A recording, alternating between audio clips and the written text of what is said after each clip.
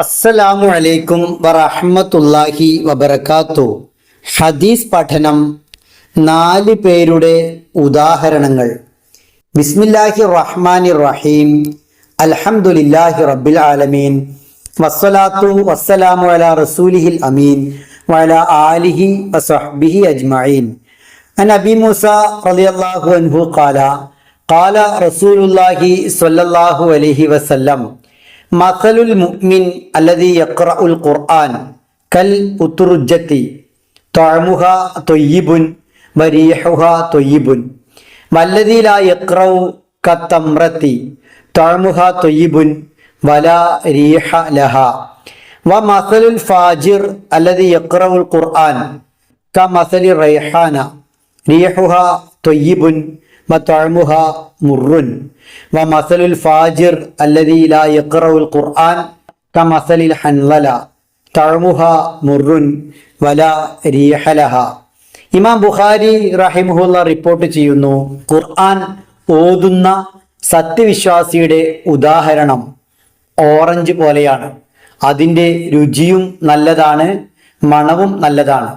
ഖുർആൻ ഓതാത്ത, പാരായണം ചെയ്യാത്ത വിശ്വാസിയുടെ ഉദാഹരണം ഈത്തപ്പഴം പോലെയാണ്.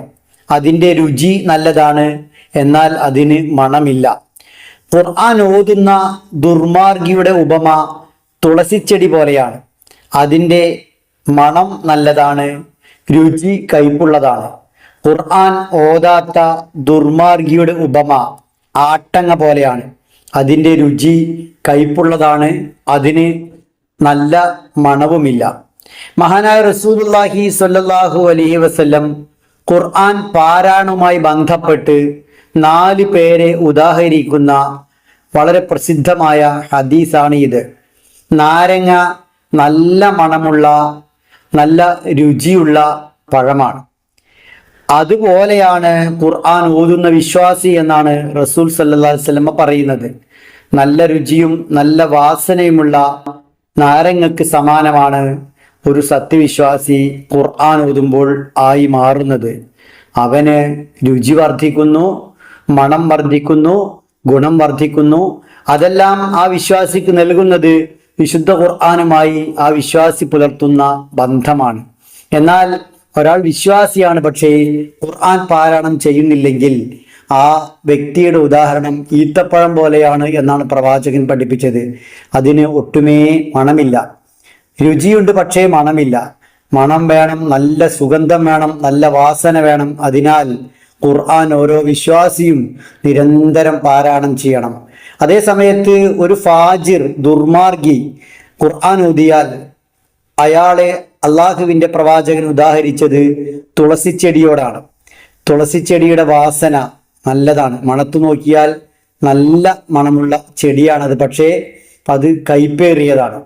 അഥവാ ഫുജൂർ, ദുർമാർഗം, മോശപ്പെട്ട സ്വഭാവം ഒഴിവാക്കി ആ വ്യക്തി ഖുർആൻ ഓതുമ്പോൾ നേരത്തെ പറഞ്ഞ ഓറഞ്ചിൻ്റെ, നാരങ്ങയുടെ ഉദാഹരണത്തിലേക്ക് ആ വ്യക്തി എത്തിച്ചേരും. ഖുർആൻ ഓതുന്നു, എന്നാൽ അതേ സമയത്ത് ദുർമാർഗിയുമാണ്. അങ്ങനെയുള്ള വ്യക്തിക്ക് വാസനയുണ്ട്, പക്ഷേ രുചി കയ്പാണ്. ആ കയ്പുള്ള രുചി മാറ്റാൻ ഓതുന്ന ഖുർആൻ അനുസരിച്ച് ആ വ്യക്തി മാറുകയാണ് വേണ്ടത്. എന്നാൽ അവസാനമായി 4-മതായി പ്രവാചകൻ ഉദാഹരിച്ചത് ആൾ ദുർമാർഗിയാണ്, ഖുർആൻ ഓതുന്നുമില്ല. അത്തരം വ്യക്തി ആട്ടങ്ങ പോലെയാണ് എന്നാണ്. രുചി ഏറെ കയ്പാണ്, മണവും ഇല്ല. മണമില്ലാത്ത, ഗുണമില്ലാത്ത, രുചിയില്ലാത്ത, ഒട്ടുമേ ഉപകാരപ്പെടാത്ത രൂപത്തിലായിരിക്കും ഖുർആൻ പാരായണം ചെയ്യാത്ത ഒരു വ്യക്തി, ഒരു ദുർമാർഗി. അപ്പോൾ ആ വ്യക്തി ദുർമാർഗം ഒഴിവാക്കണം, ഖുർആൻ പാരായണം ചെയ്യുകയും വേണം. അങ്ങനെ ആദ്യം പറഞ്ഞ ഉദാഹരണത്തിന്റെ തലത്തിലേക്ക് ആ വ്യക്തി എത്തണം. വിശുദ്ധ ഖുർആനുമായി ആര് ബന്ധപ്പെടുന്നുവോ, അതേത് തരത്തിലുള്ള വ്യക്തിയാണെങ്കിലും അതിൻ്റെ ഗുണം ആ വ്യക്തിക്ക് ഉണ്ടാവുക തന്നെ ചെയ്യും. വിശുദ്ധ ഖുർആൻ നല്ല വ്യക്തികളായി മാറ്റാൻ വേണ്ടി അള്ളാഹു അവതരിപ്പിച്ച ഗ്രന്ഥമാണ്. അതിനാൽ ഖുർആൻ ആത്യന്തികമായി ഇഹലോകത്തും പരലോകത്തും ഉപകാരപ്പെടണമെങ്കിൽ ഇതിൽ ഒന്നാമത് പറഞ്ഞ ഉദാഹരണത്തിൻ്റെ നാരങ്ങയുടെ അവസ്ഥയിലേക്ക് നമ്മൾ എത്തണം. അതിനൊറ്റ വഴിയേ ഉള്ളൂ, നല്ല വിശ്വാസിയായി നന്നായി ഖുർആൻ പാരായണം ചെയ്യുന്ന വ്യക്തിയായി മാറുക. ഒരിക്കലും ദുർമാർഗിയാവരുത്, ഫാജിറാവരുത്, അതുപോലെ തന്നെ ഖുർആൻ ഓതാതിരിക്കുന്ന അവസ്ഥയും ഉണ്ടാകരുത്. ഒരേ സമയത്ത് സത്യവിശ്വാസിയും അതേ സമയത്ത് വിശുദ്ധ ഖുർആനോട് നല്ല ബന്ധമുള്ള വ്യക്തിയുമായി മാറി അള്ളാഹുവിന്റെ പ്രവാചകൻ ആദ്യം ഉദാഹരിച്ച മണമുള്ള, ഗുണമുള്ള, രുചിയുള്ള ഉത്തുറുജ്ജത്തിന്റെ അവസ്ഥയിലേക്ക് നമ്മൾ എത്തണം. അതായിരിക്കണം നമ്മുടെ ഉദാഹരണം. വിശുദ്ധ ഖുർആൻ നമുക്ക് അനുകൂലമായി സാക്ഷി പറയുന്ന, അതുവഴി സ്വർഗത്തിലെത്തുന്ന സുഭകന്മാരിൽ അള്ളാഹു നമ്മെ ഉൾപ്പെടുത്തി അനുഗ്രഹിക്കുമാറാവട്ടെ.